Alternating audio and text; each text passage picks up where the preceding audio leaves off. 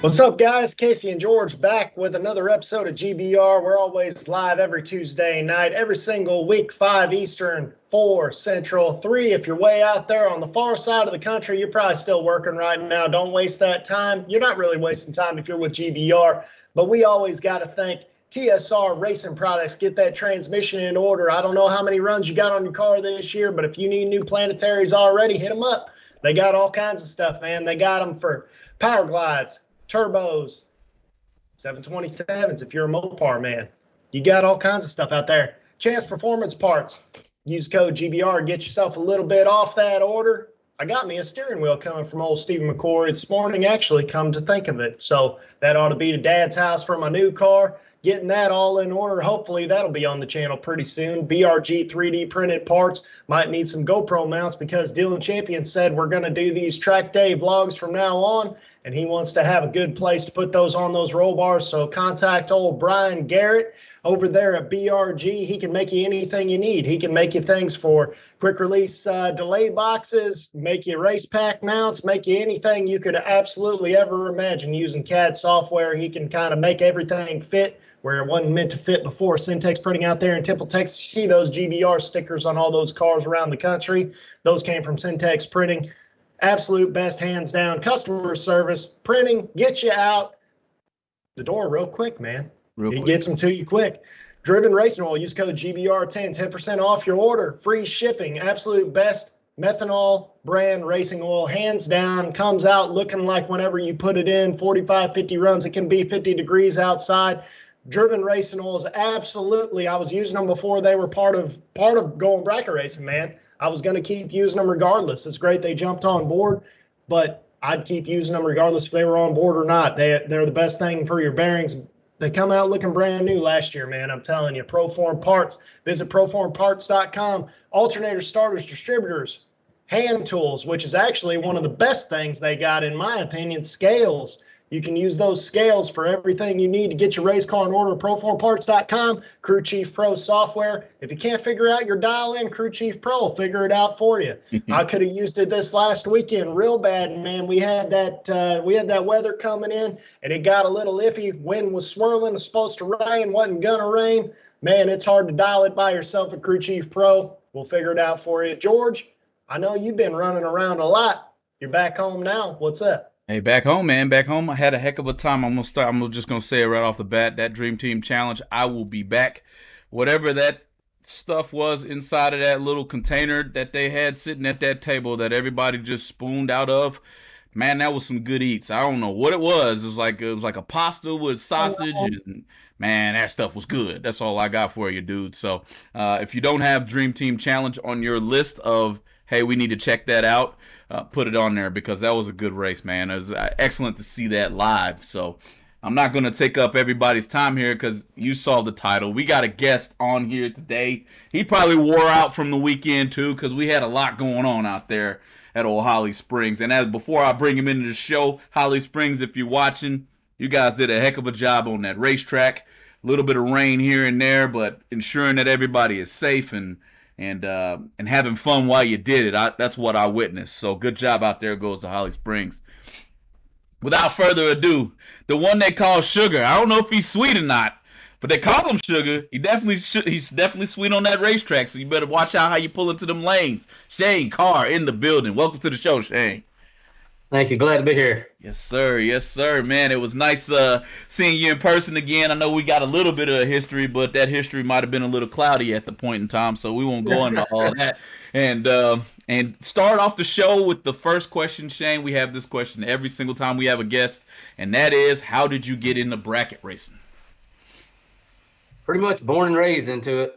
My dad and brother were modified racers back in the day.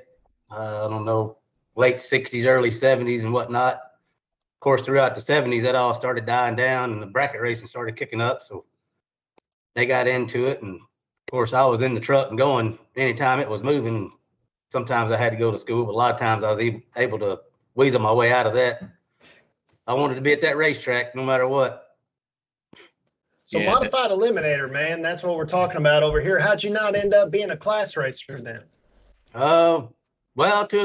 Well, not modified, but class racing, I guess, a little bit. over the years I was here and there, but not a whole lot.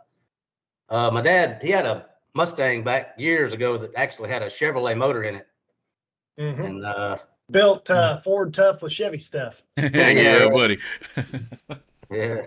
So Shane, They, yeah, you mentioned being on the tour. I think I heard you might have gave old Kyle Riley a whooping in one of them finals, if I'm not mistaken myself. I think one of our fans told me that just a little while ago. I beat him in I think it was the Jegs All-Star Finals in 04, I believe, up at Joliet. Got you. It's crazy how racers remember all that stuff, isn't it? Right. Yeah, I catch hell from listening over here all the time. I can remember time slips from 20 years ago, but I struggle with a wedding anniversary or a birthday.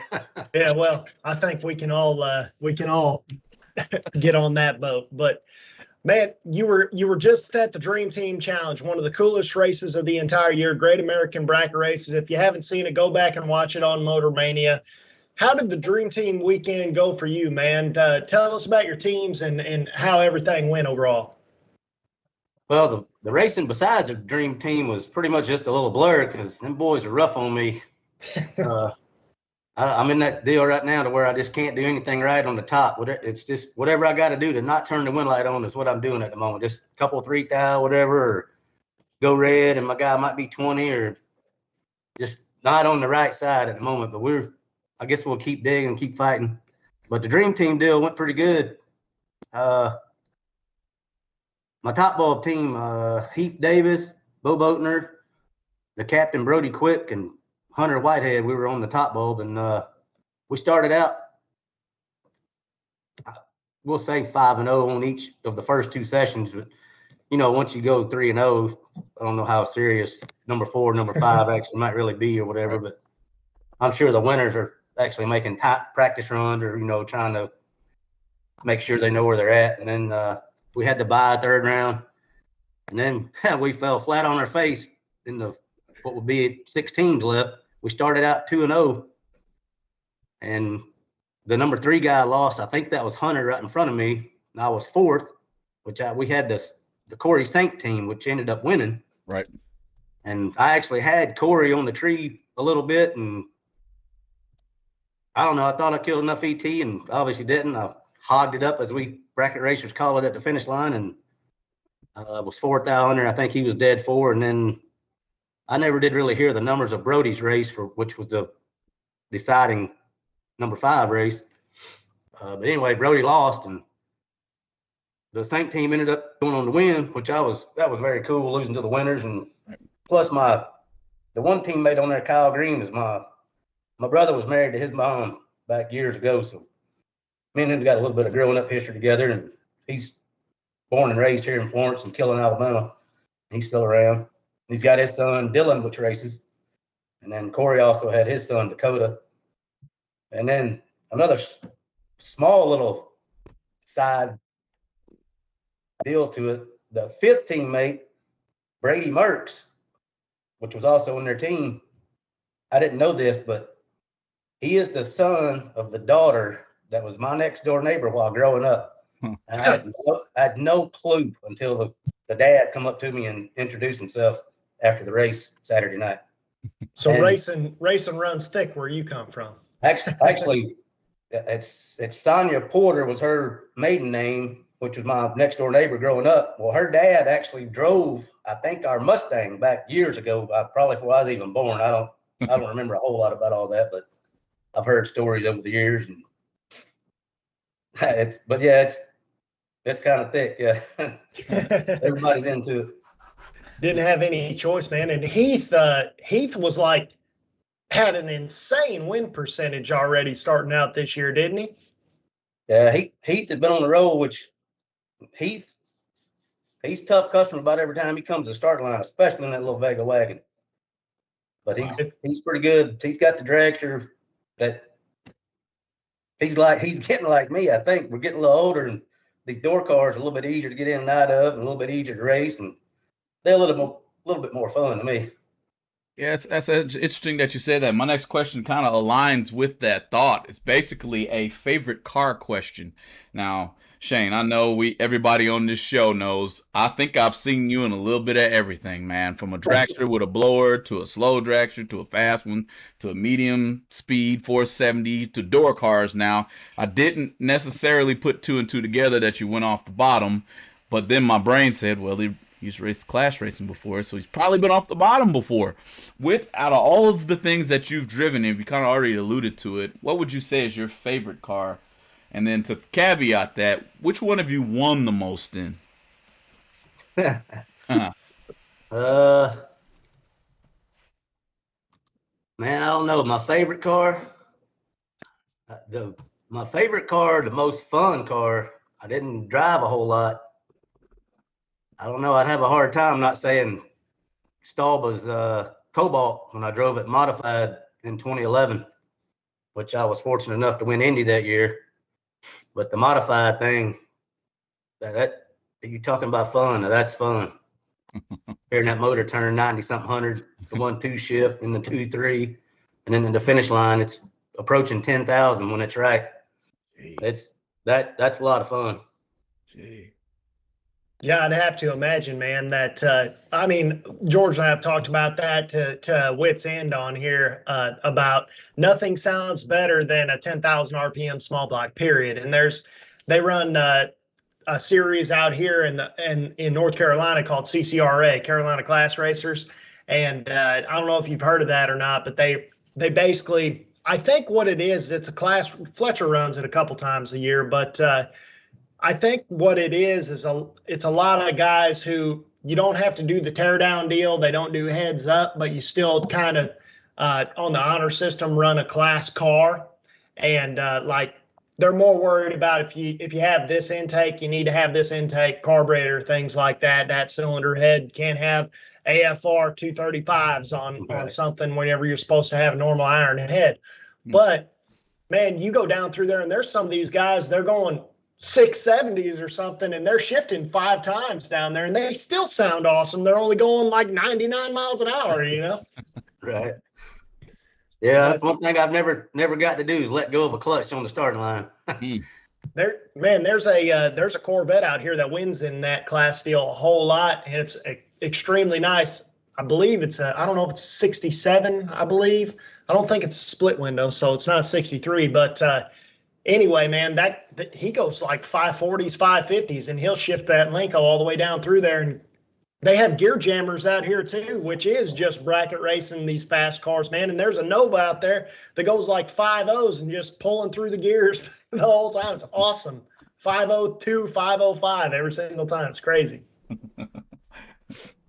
So what about the winningest question? What have you won the most in?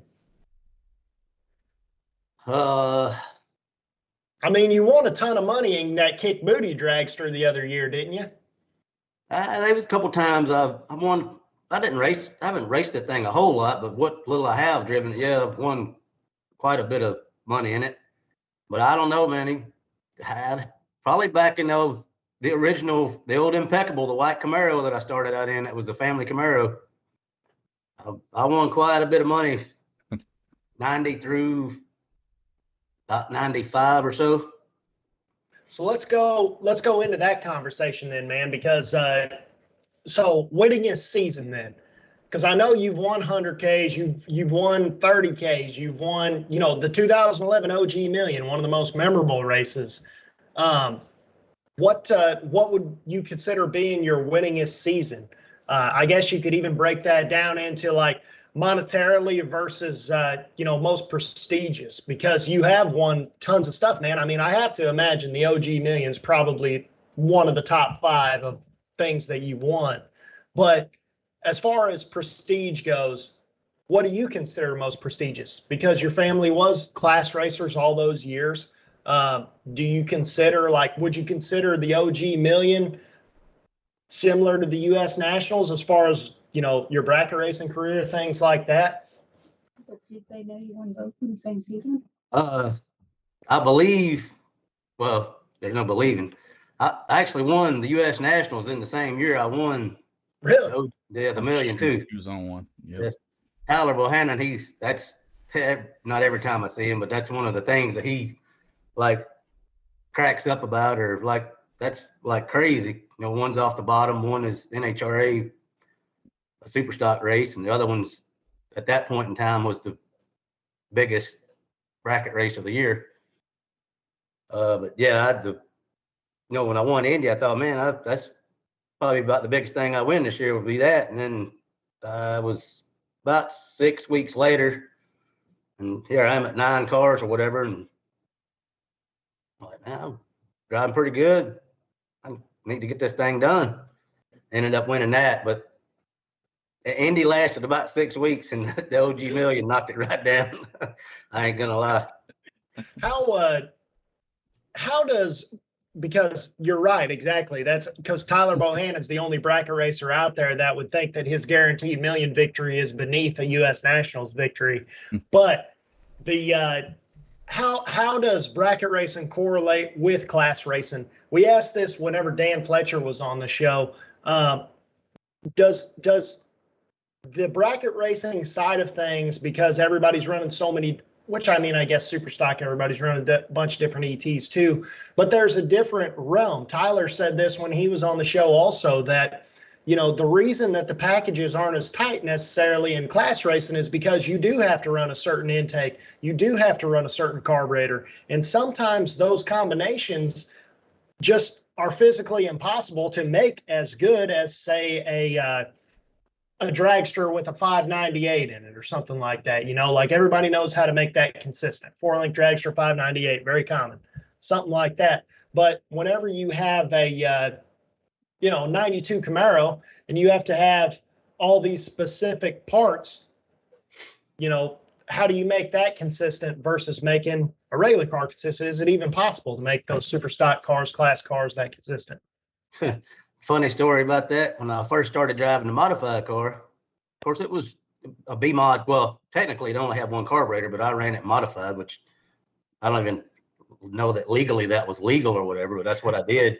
They never said nothing, so I didn't want to run BS or had the wrong scoop, or I can't remember what the deal was. But anyway, so I'm going like 840s, 850s. At that point in time, this was before all the Copo and Mustang and all that stuff really blew up. Heck, the average car I was running was like high 9s or low 10s. So I'm like, of course, my normal bracket mode stuff, I'm gonna hold 3, 4, 5, 6, especially with air swings, and you only run once or twice a day or whatever. Well, that didn't work out too good. And I finally had to start looking at the tickets, and it kept laying down and repeating, and I kept doing dumb things at the finish line, like taking too much or getting behind. And finally, after a couple of weeks, man, it just kept only moving 100th or 2 to like the 8th mile. I thought, heck, we'll fix this. I'll put the number on it. It took a few races to get a handle on all the weather and what it would take and what it liked and whatnot. And then, I don't know, mid-August or so, we went to Cecil County, and I was rolling decent. It rained. I was actually in both. Then a couple of weeks later, we went to Indy, and that's where it all came together. And I think I won Indy. And then the next week was the makeup from Cecil County at Englishtown, where I won both classes. But I eventually put the number on it, and that was the best thing I could have ever done, was start putting a number on it, because of it's an advantage and a disadvantage to being the faster car. But once you get so fast, then it's kind of a disadvantage to you too. Yeah, you have the race in front of you, but that closing rate of speed, 20, 30 mile an hour on every car, you can't go down there just locking the brakes up every round on some of these skeptical tracks at night or whatever.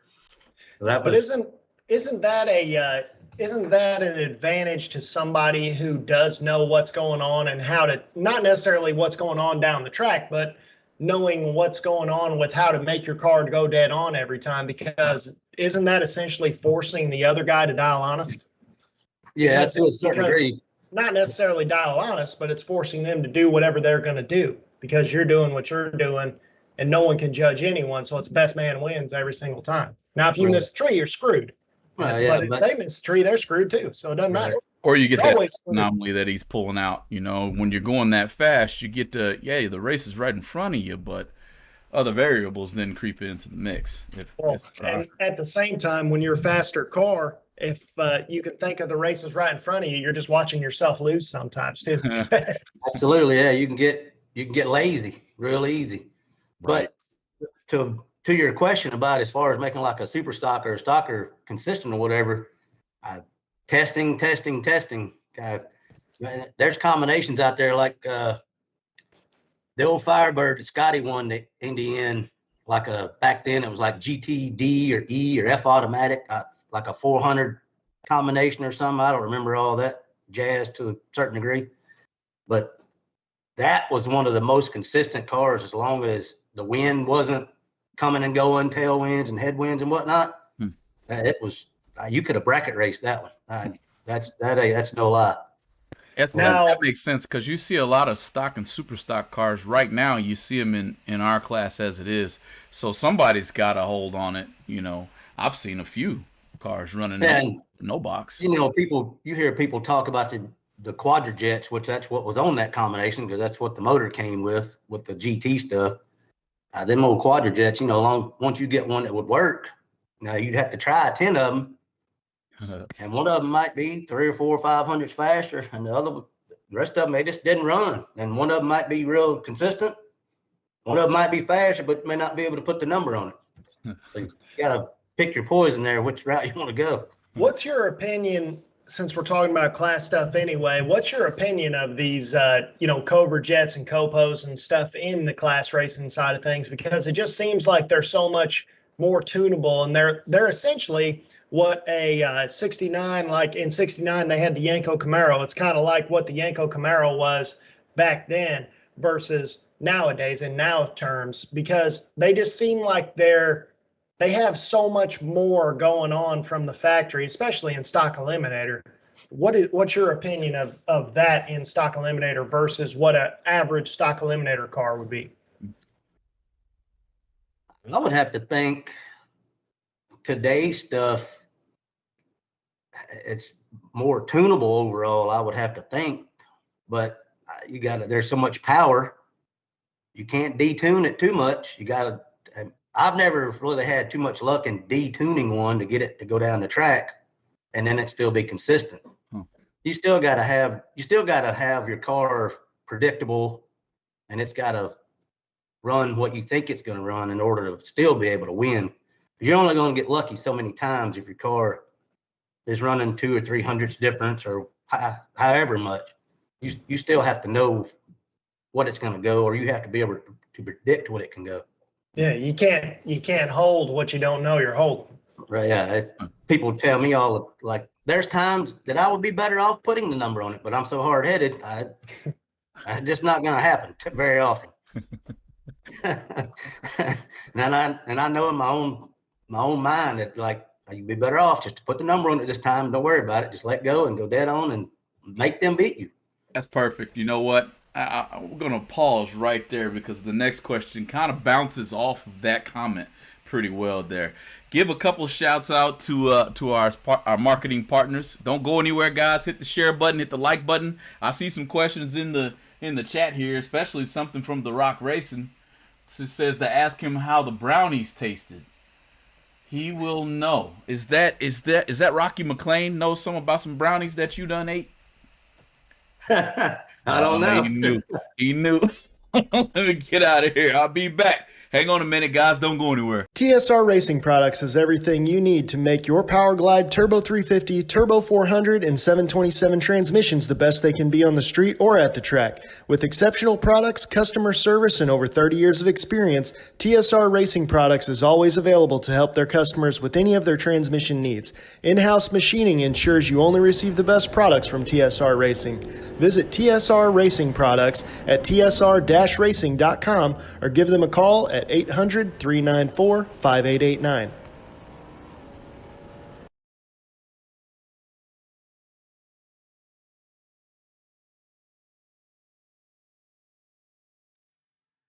BRG Motorsports 3D printed racing parts are able to provide you with whatever you desire to enhance your drag racing operation.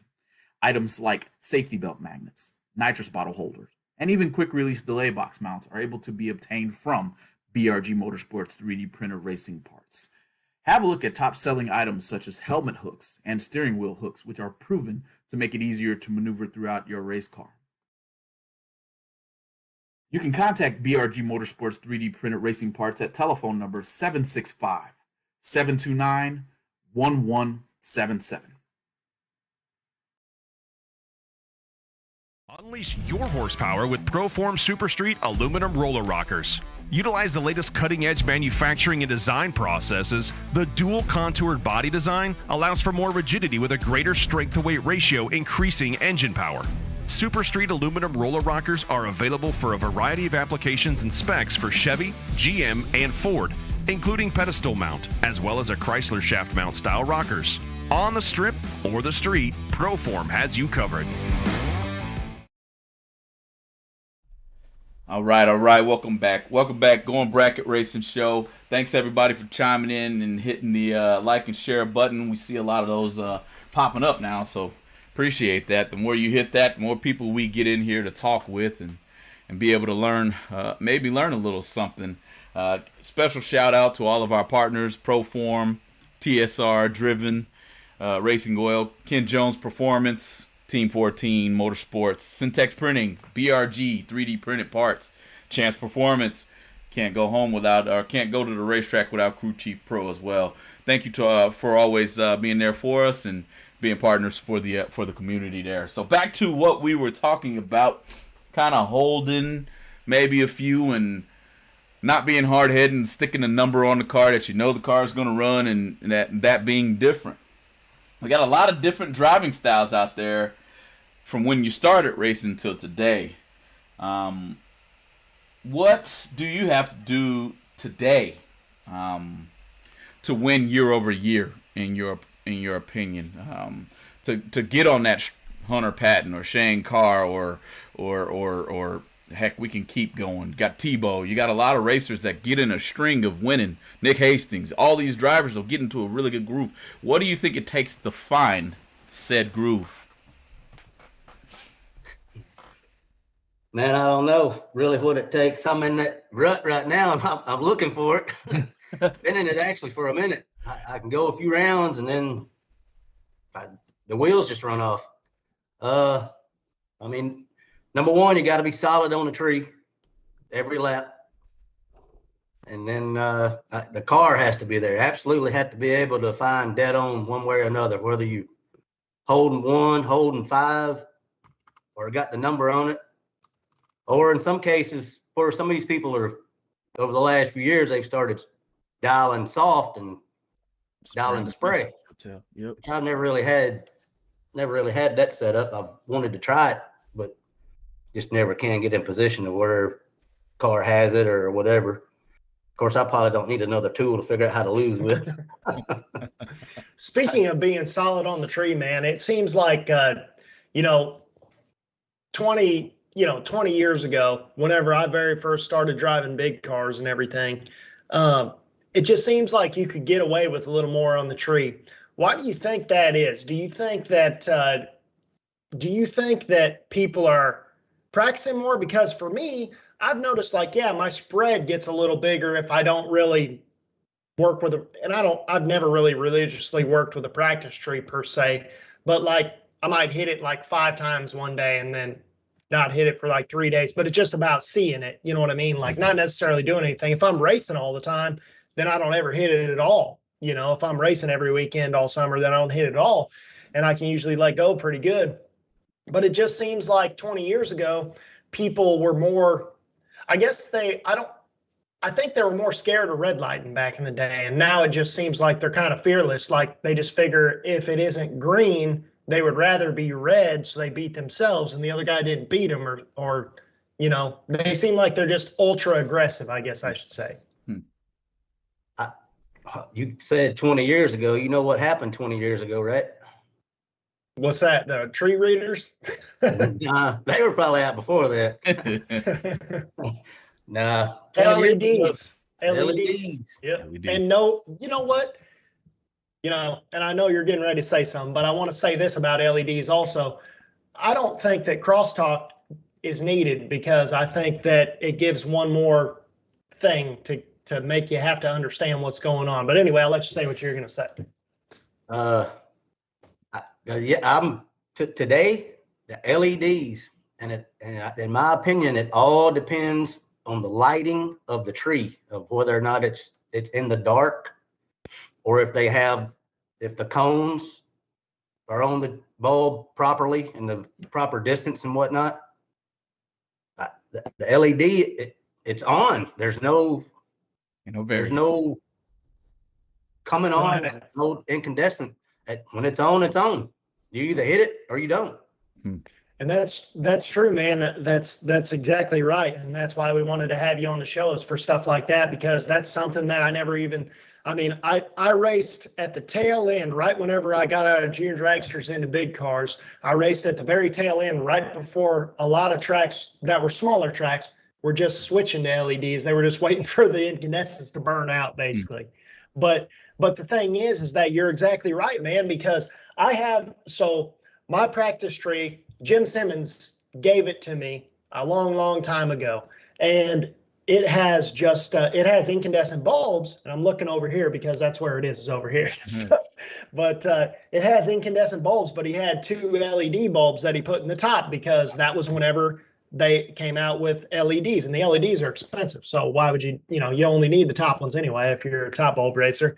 So anyway, I screw them out sometime and put a LED in, and it is crazy that your spread on an LED bulb, you could hit it 20 times, and if you're really in it, if you're really going on it, it would be more uncommon for you to be outside of like an 8 to 10 spread. But on an incandescent, I got bored one day and was just playing with it. Your spread could potentially, like if you miss a incandescent, you missed it. Like you might be 30. But if you miss an LED, you're going to be like 20, something like that, if you're set up perfect. That's if you really missed it. Hey, some of these, go ahead. I like your tree, Casey. I'll tell you what, if they ever have a practice tree race and it's only the one that you got sitting in there, I'm winning that thing. I'll tell you what, I'll knock that tree over pretty easily, Casey. That's a nice one there, buddy. You need to let me have that one day. Sorry I cut you off, Shane. All right. You come about these incandescent bulbs, some of these racers today, most likely they would quit if they had to do some of the things we had to do back 30 years ago. Me and my buddy Jeff Strickland, we bring this up once in a while. We get talking about stuff. But we used to race at Steele, Alabama, which is, I think, Alabama International Dragway, they call it. They built that track in the early, mid-'90s, I believe it was. We used to go over there quite a bit. I don't remember what time of year it was, but if you were in the left lane and had to cross, now this was back before, there was blinders on the tree, but at this point, they'd taken them all down. But now the bulbs at this point, there was a period there where the bulbs were just pointed straight back, like straight up the track, or like toward the water box. They weren't like today, they're pointed to the driver. Right. Well, this was back, they were pointed at the driver, but there no cone, no nothing. And you got this incandescent bulb and you got the sun just beating it to death. You would have to pull 25 to 30 in order to be able to hit that. Wow. Yeah. Otherwise, you were going to be 30. Yeah. And it took us about 2 times to figure that out. Like, we know we hit that and we're 30. The sun is killing it. So it takes some big balls after you've been letting go on your side, which we were in Camaros back then, going 650 or 60 or whatever. We left first quite a bit. You just was double O, and now you're going to pull 20 something. Yep. And you either did that, or you threw up a 20 something or a 30, and you took a real high percentage chance you were about to get beat. Yep. And don't forget, man, a lot of the times back in the day too, everybody, like you see people today where they'll forget to enter the other person's dial in. Back then, you had to actually flip a switch to cross over. So that way the delay box knew you were even going to cross over, because digital delay had just come out with the digital boxes that started recognizing that. Right. So that's another thing. And that's true, man. Things like that, like crosstalk, like I was talking about earlier, that's only made it easier for everybody to just drill the tree. And people don't understand that The main thing about crossover is that if you don't have crosstalk and you're having to leave off the other guy's top bulb, every single track is different. And it's not because, well, more than anything, it's because how do you know what angle that is? You don't know what angle that is. And it's irrelevant what angle it is, too, whenever you think about the fact, like you were just saying, what if the sun's setting over there? Right. You know, like you have to, that's whenever the guy who runs that track all the time is going to dominate that track because he understands. Like, for example, if the spring fling went to Goliath, you're going to have a lot of people that you expect to do good, yourself being one of them. But if they don't have crosstalk, that automatically makes the guy who is the worst racer there have a better chance than you because of that scenario. Like, I think if you didn't have crosstalk right now, there would be a lot less fast cars because a lot of times it's a disadvantage to be an ultra fast car that's always, well, I guess what you would want to do is you would always want to be leaving off the other guy's bulb or you would always want to be leaving off your own bulb. So you would either need to be a 4.0 dragster or you would want to be a 750 door car. Yep, for sure. Well, there for a period of time, the old stutter box was out. So some of them, I was one of them a little bit, but Bob Harris, Scotty Richardson, David Simmons, they figured out real quick, like, hell, I'll just stutter all the way down the track and dial the minimum dial. And don't have to worry about crossing that like I leave on my bulb all the time. And then the stutter brought another effect into it.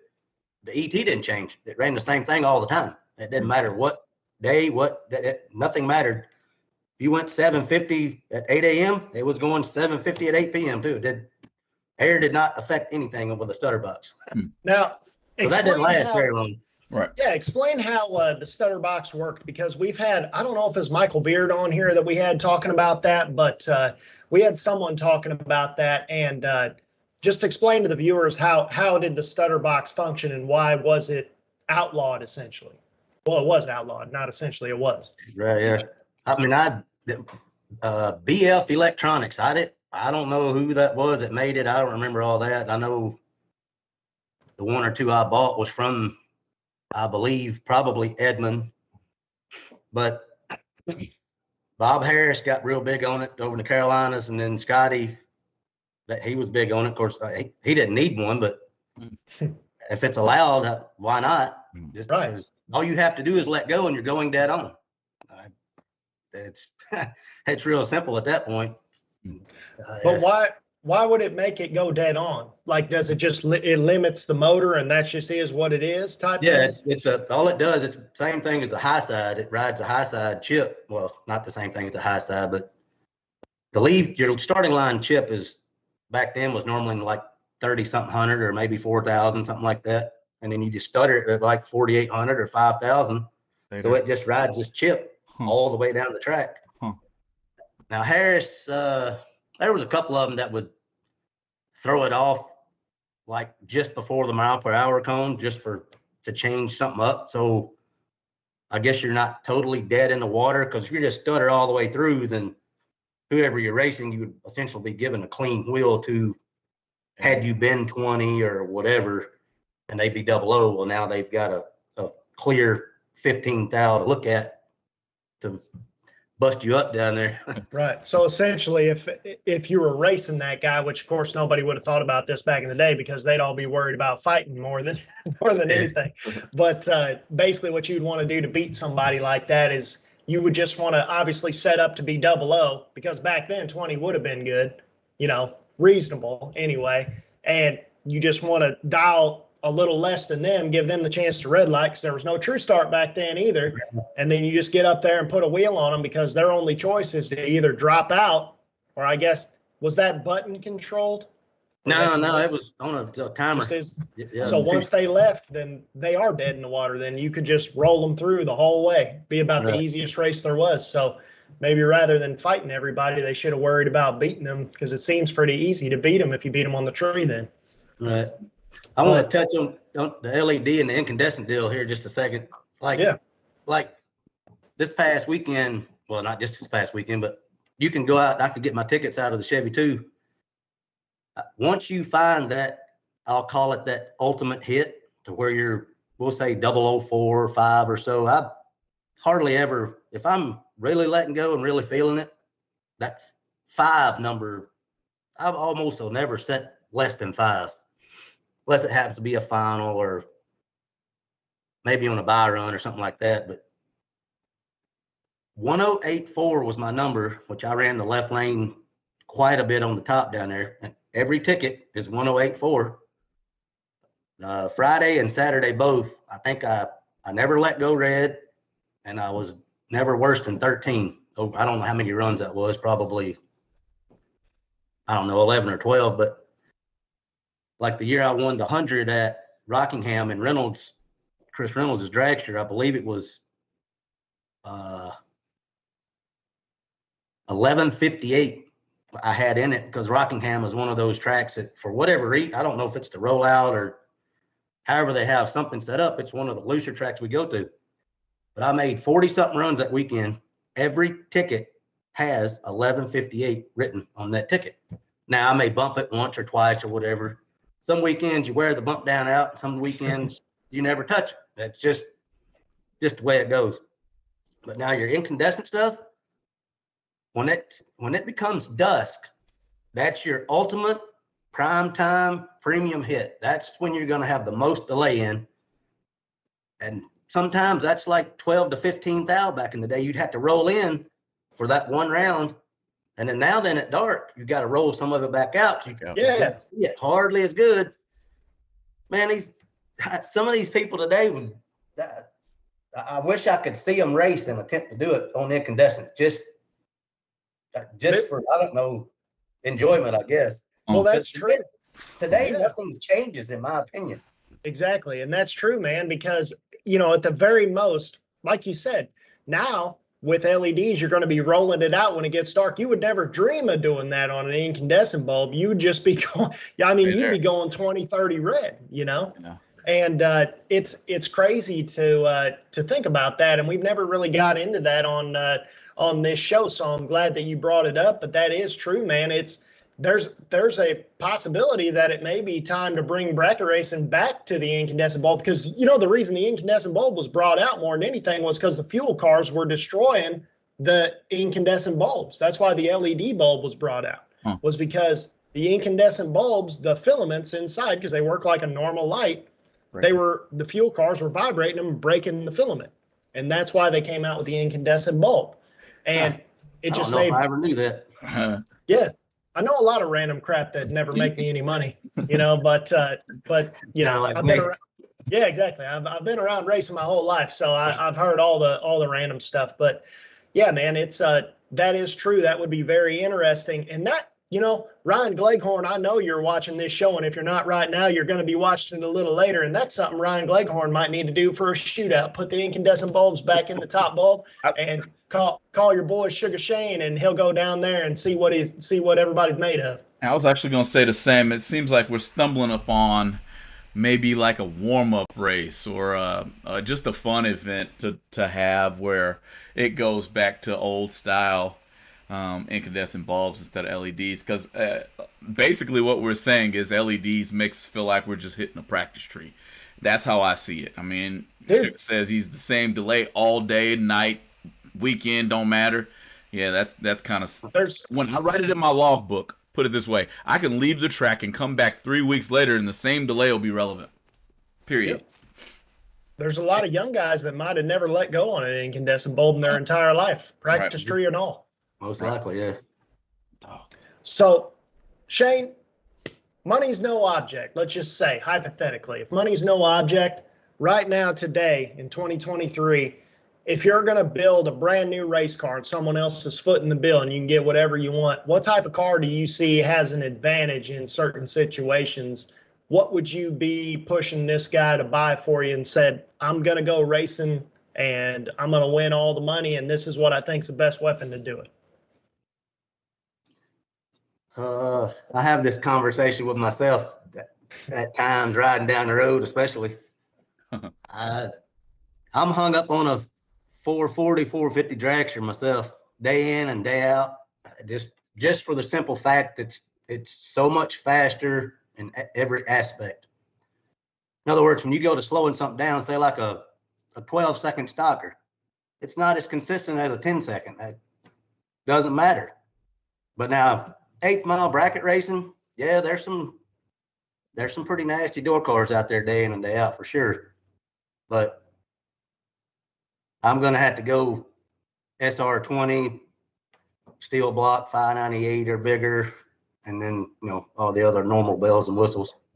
Do you think there's a point where in that scenario, how fast, I guess, do you think you can go before now you're track dependent? Because a 4-link dragster will pretty much hook within reason as long as you're, 490 to 440. It seems like they're not terribly track dependent, but at times it seems like you get to a point where if you don't have something that's extended wheelbase, that extra 12 inches seems like it makes a decent amount of difference every once in a while, 10 inches, whatever it is. Yeah, that's why I said 440. You can go like the dragster Holloman's been driving lately, which there's been a bunch of 430 players, 440 cars. As long as you keep them together, which all these parts today are so good, you can run them as long as you maintain them and don't abuse them, and you can make several laps. But you can go 440 as long as the track is, as long as it's not marginal. I mean, your 440 car should go down through there just fine. Yep. But then, like on the door car, once you get to that mid 5-second range, you better have a pretty good car. The best example that I know of that is what the heck is the guy's name from Louisiana? Used to have a Pro phone on the side of his car. I can never call his name.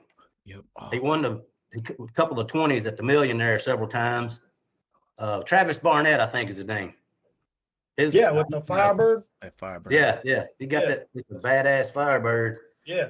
Now he can go. He run 480. It doesn't matter.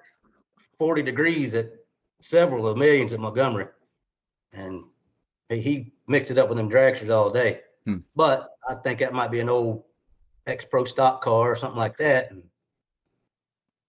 talking about pretty big coin there once you start buying a Bickel or a Haas or something like that. But right, sounds like you want it back though. So what's going on the next week? I guess I would say I guess there's a few destinations that you could be at, and then we'll follow up that question with what race are you most looking forward to for the year. So you headed out racing this week? On the fence at the moment, wanting to go to Darlington, but I don't know. I preach all the time. You cannot race the forecast. You have to get in the truck and go. Sure. But I've had my fill of rain this year already, and it's only May. Sure. Yeah, that's true. Sure. We didn't have rain at Vegas, but God, it was cold and it was windy until about the next to the last. Maybe the day of the Million was pretty nice, I think, and then the last day was nice. Yep.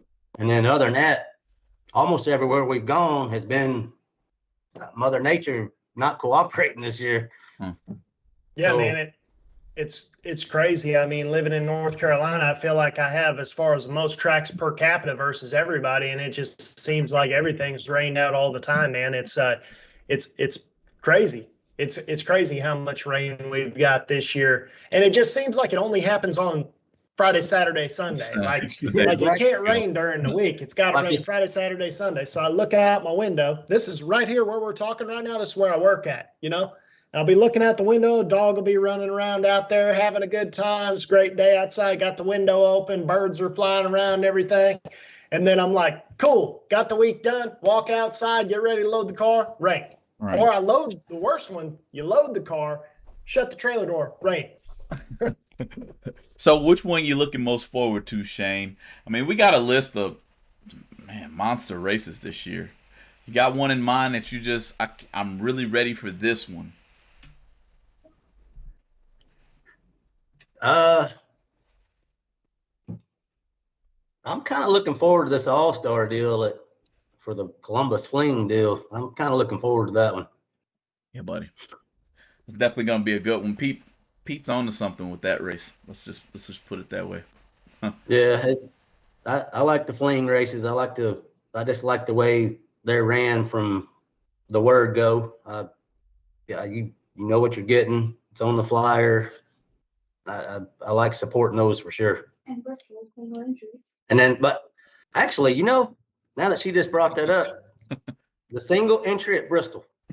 Yes. I was just going to ask you that if you didn't say that. I was just going to ask you your opinion. So go ahead. There's so many of them anymore. I can't even. I wait until freaking Monday morning and I look and say, yep, I'm going here this week. Because 50s are like $1,000 Saturday night races anymore. They're everywhere. But go ahead. The single entry deal at Bristol, that'll be one I'll get jacked up for that one just because, except for the buyback, it's probably as close to old school as we'll get. Yeah, I saw maybe you all guys, year. Yeah, I saw you commented on that. It's almost a real race on our Facebook page, and that's true, man. And I don't necessarily mind the buyback aspect of things when you're talking about big money racing, just because some people drive, like when you go to Vegas, you go all the way to Vegas, lose first round, that sucks. To not have another option. Now you do have multiple days of racing, so there's an argument there. But the fact of the matter is, I don't mind a buyback whenever if you have one entry and one buyback, that's fine. But I've proposed an idea where you should have an opportunity. Now that we're having the turnouts we're having at these big events, where a lot of times they're having to totally get rid of buybacks altogether. Why not just say you have the opportunity, if you want to come in the gate, to double enter, and then you don't have an option for a buyback, so you're gambling that you'll get 2 in the next round, which is fine. Or you can say, I'm going to single enter, and I'm going to have the option to buy back. So if I lose first round, now I get another chance to get back in, or you buy your way right into second round, it'd be fine too. Right. But what's your opinion as far as, for example, the Bristol Fling is going to be single entry and single buyback in this case? Because I always find it interesting to see the typical winners are not usually in the final, or let alone a lot of times, a lot of them aren't in the split whenever they don't have the opportunity to buy back or double enter. What's your opinion on that?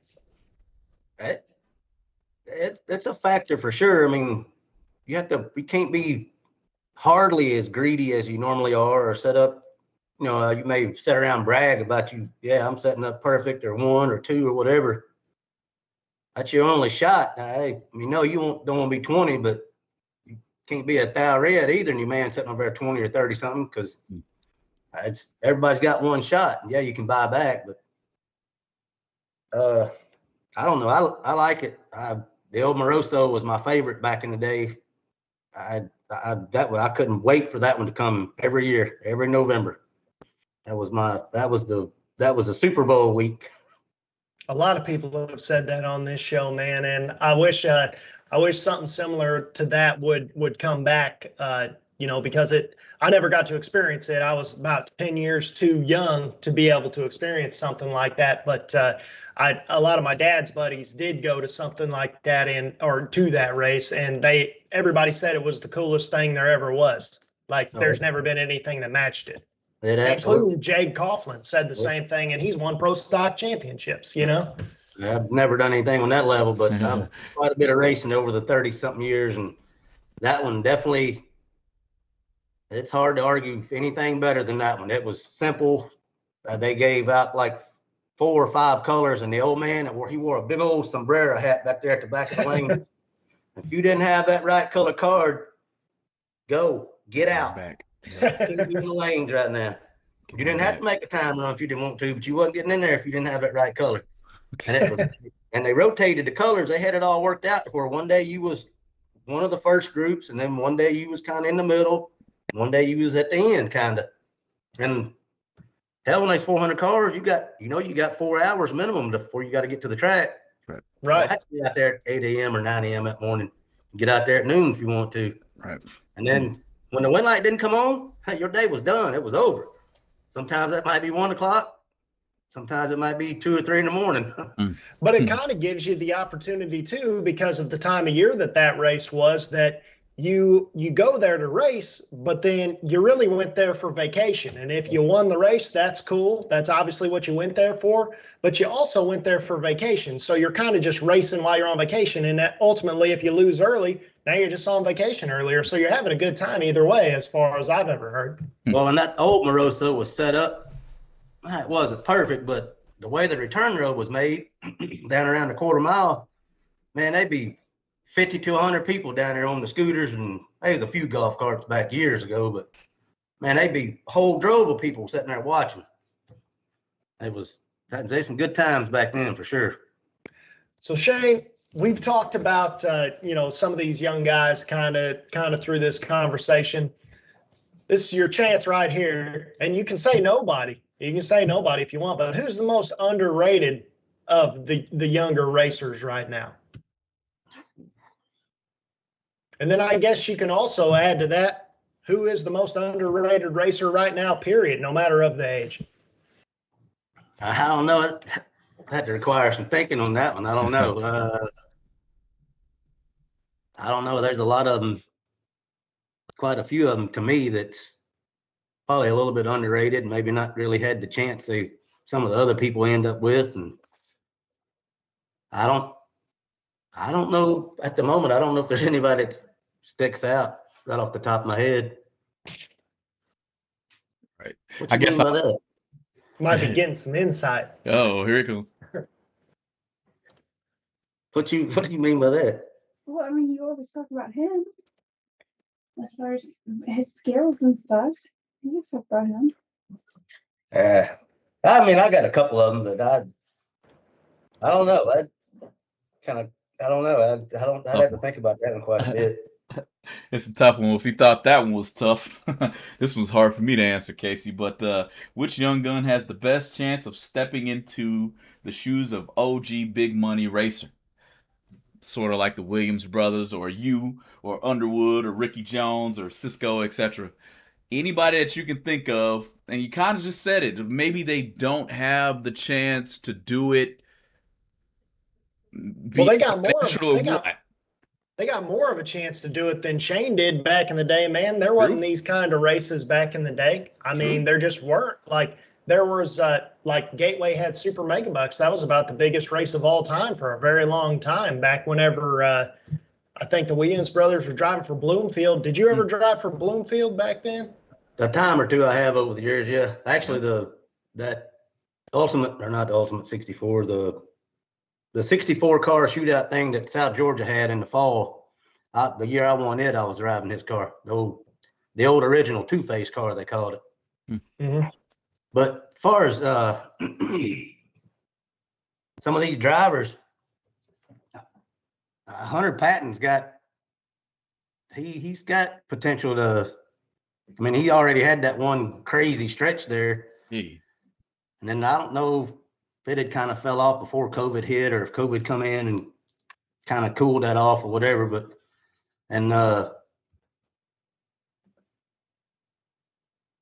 you want me to say Peeps after he whooped my ass in the final? You're never gonna let that go. Oh my God. You're never gonna let that go. But you talk about Peeps and his ability all the time. Peeps he's as solid as anybody too, but it's hard to beat them Pennington boys, all three of them. But Peeps, I like Peeps. They right down here in Texas, not too far from where I race, so I get to see him quite a bit. Secondary question as far as the Pennington brothers go, because I've talked to George about this a lot of times, and I feel like Peeps is either going to win the whole race or lose like third round, and I feel like Michael is consistently in the split all the time. So who's better, Peeps or Michael? Uh-oh. Let me tag him. All right, here we go. Wait a minute. No, I'm just kidding. He's still salty about Peeps. Nah, he's solid overall. He's normally on the tree pretty good. They've always got awesome equipment, and then that whole family you can't beat them. Peeps is one more than Michael, but I don't know. It's just the way it goes with some people just finish and some people just don't. Maybe they needed that guy to go 1,000 rev when they were 15 and they didn't. Right. It's just the way it goes at times. I just feel like I feel like Michael Pennington's always throwing down runs where if you make any mistake whatsoever, he's going to make you look stupid. Mm-hmm. And Peeps throws down a lot of hero runs too. And I'm not saying either one of them is not good. They're both two of the best, but I'm just saying I think if you put Peeps and Michael and you say I got to pick one, I pick Michael almost all the time if I'm going to put my money on somebody. Give me Peeps. See, they're almost like cheating right there too. See, they can feed off of one another. Oh, yeah. Right. They're brothers, they all get along. They got the best of the best equipment, and you will not find a better family at the racetrack. But no, they go there they're there to have a good time, but they're there to race too. They want to turn on wind lights just as bad as anybody else, and they're going to throw 100% at it. And if you beat them, most of the time, you earned it. Yep. And most of the time also one of the other brothers is going to come stomp you next round anyways. So they always got somebody for a backup. But man, Shane, we told you we'd keep you here an hour. We appreciate you getting on here with us. But who do you got to thank before you get off the show, man? Man, there's a lot of people, but for right now, I have to thank Mr. Tony Thrasher that owns the Chevy 2 out here for letting me drive it right now. And Adam Davis, that's the car he actually drove quite a bit over the last few years until he got his own stuff. My wife, Carrie, and our 3 boys, Tanner, Colton, and Dylan, and our crazy dog Flash running around here somewhere. But nah, there's a lot of people I need to thank over the years, but we'll leave it at that for right now, I guess. Well, right on. It's been a heck of a show, man. Definitely thanks for stepping in with us and having fun with us. And, man, we'll be watching this week, whichever direction you go. You know, you can always come to Texas if it ain't too far for that old stampede of speed that Gleghorn's throwing. But ought to be a pretty good race. I don't know if you do the quarter mile too much, but quarter mile shootout is going to be after it. I wish it would all go back to quarter mile. That's going to be a race to watch this weekend. So I'm talking to everybody. If you're not there, make sure to tune in. I think Bang Shift's got the Stampede of Speed. That's going to be fun to watch, that old quarter mile shootout. So, Casey, what you got in closing, man? Oh, man, just again, thanks to TSR Racing Products, Chance Performance Parts, BRG 3D Printed Parts, Syntex Printing, Driven Race Oil, Proform Parts, and Crew Chief Pro Software. And Shane Carr, man, and Kerry Carr, actually, because Kerry's actually the reason why Shane's on here right now. We were talking about getting Shane on forever, man, but thanks to Kerry for reaching out to us and facilitating that. Yeah, awesome. Thanks a lot for everybody joining. Be sure to check out the flyers that we'll show here in the next couple of minutes, and hope to see you all at the race sometime soon. If not, we will see you guys next Tuesday. Have a good one. See ya.